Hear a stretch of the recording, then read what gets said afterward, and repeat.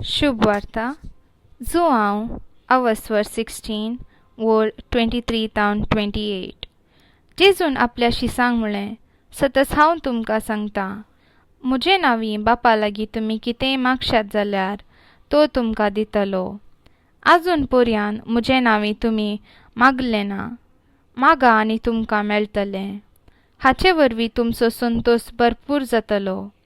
ह्यो संगती ओपारी मरिफात हांवें तुमकां सांगल्यो.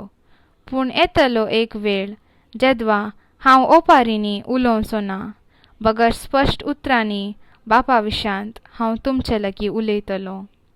तो दीस येतलो तेदना म्हजे नांवी ताचे लागीं तुमी मागतल्यात.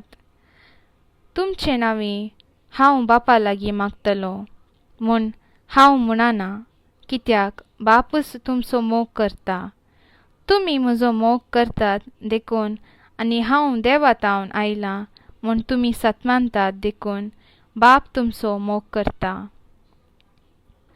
नियाळ सर्गीचो बाप आनी आमचे मदें आसा व्हड बांद. हो बांद कोणाकच पयस करूंक जायना. ह्या बांदांत कितें उणेंपण ना. बगर बरोवन ओमतोचे कृपा आसा. ह्या संबंद बरवोशान जेजू सांगता, तुमी म्हजे नांवी विचारा ते बाप दिता.